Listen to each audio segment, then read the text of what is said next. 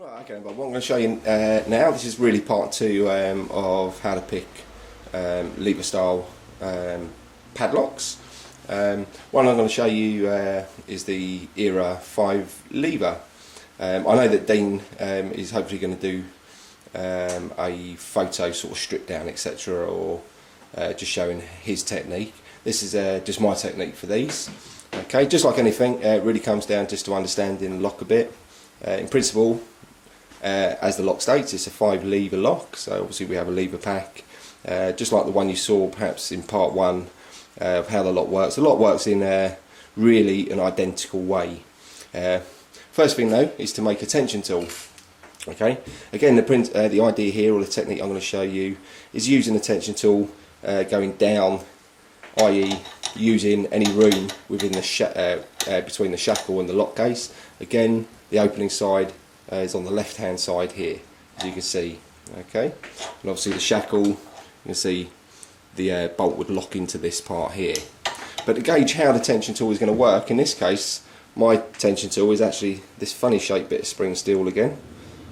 Okay, now as I said before, there's no right or wrong shape. I just mess about with a few bits of spring steel until I get the right sort of feel. Okay, the most important part for me on this tension tool is this little hook shape here. Okay, and it's simply because that just allows me to get onto a particular part of this bolt that applies for me the best tension. Okay, again, if you mess about with these locks, you'll find your own particular way. And how that tension tool tends to work on these locks is, again, just comes down sometimes just to having a look at how the lock works. Okay, again, I can see down into the guts of the lock here, and if I throw that bolt, hopefully you'll see that bolt shoot across there, just there. See it moving back and forth? And the actual part of the bolt that I like to get onto, okay, is just this big brass lump here. Okay, just there. So hence why I have that hook shape. Hopefully you'll be able to see this. Okay, just get a nice close up. That hook shape allows me to go down in between the shackle, and then it allows me that hook. Hopefully you can see this. It wouldn't actually be sat in this place.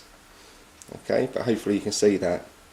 So you can see, if I pull down on that, that in turn is going to apply force back onto that bolt. Hopefully you can see it moving a little bit. Okay, so hence why I use that. If I try and slip down, I tend to find a thin bit of spring steel slides down too far and actually finds a gap in there and slips off the bolt. Okay, so just to show you this being done, get that back in the vise, lock this off. Okay, you can see that's nicely locked. Just to show you my tension tool shape again. Okay, it's that shape there. Main reason why it's this funny odd shape is it just means that I can hold the tension tool, etc. if I had this loose in my hand, i.e. it's not going to be in a vise.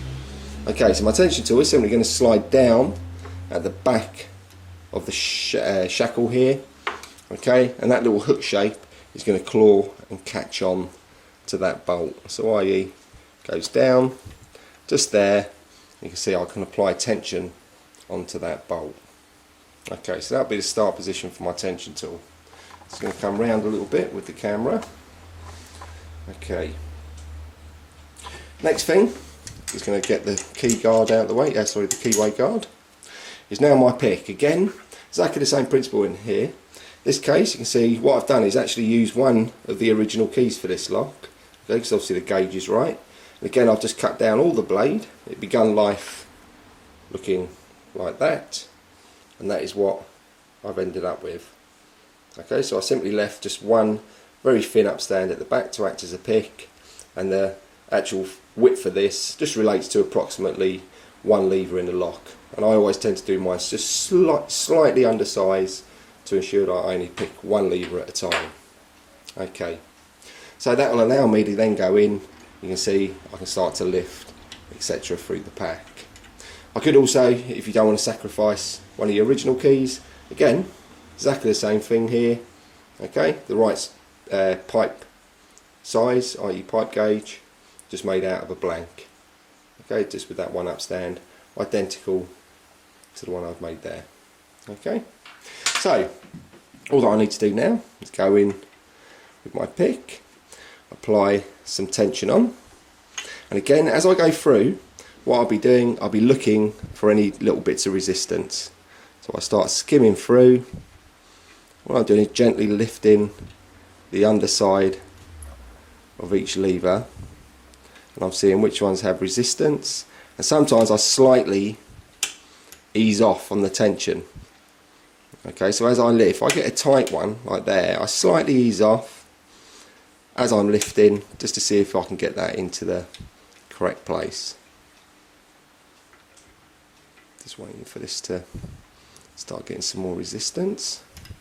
Okay, again, got a tight one there, so I slightly come off on the tension as I lift. Obviously you don't want to go right to the back of the lock here, so I'm counting my way through. So if I go right to the back, I'm going to come underneath or into the bolt, which is no good. Okay, so tension back on, back to the number one.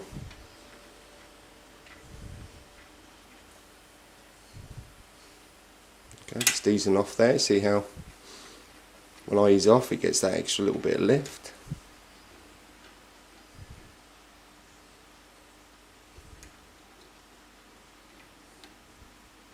Tension back on, back to number one. Just making sure that one lifts, which it does. Okay, so see, I'm just skimming through. A bit more tension on.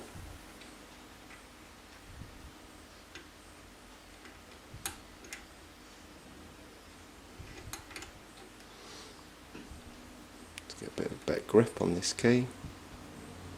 Just easing off as I lift there. Back to number one.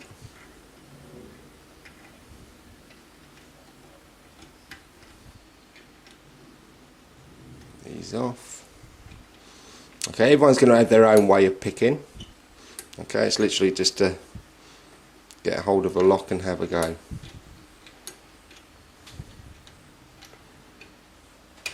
See how this one's taking me a little bit of time here. It beats it going too quick, because otherwise people think that's how quick they should all go.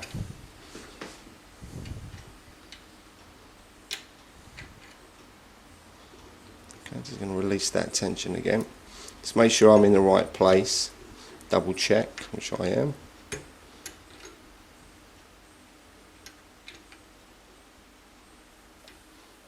Okay, the tension you apply, you'll simply just have to gauge. Okay.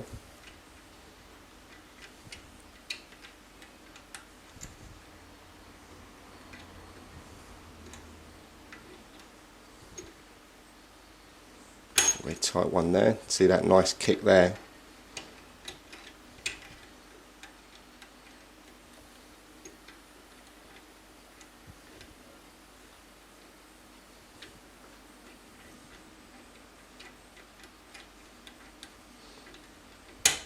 Nice kick there.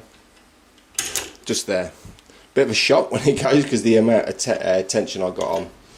Okay, but you can see that's open there. Okay, I'm glad that took a little bit of time, because obviously I don't want people to think that they're all just going to open just like that. Okay, obviously they're not designed to do that. Okay, you can see the slight kick that you get, but hopefully you've seen the principle behind how this type of lock is picked. Like I say, you can some people like to use a modified hacksaw blade, because that's really nice and thin to get in there. Okay, and this particular lock allows you to do that because of that nice big fat bolt. But as I say, I just simply use bits of bent up spring steel just until I get it just right. And obviously that's in my toolbox if ever need be to open this type of lock. Okay.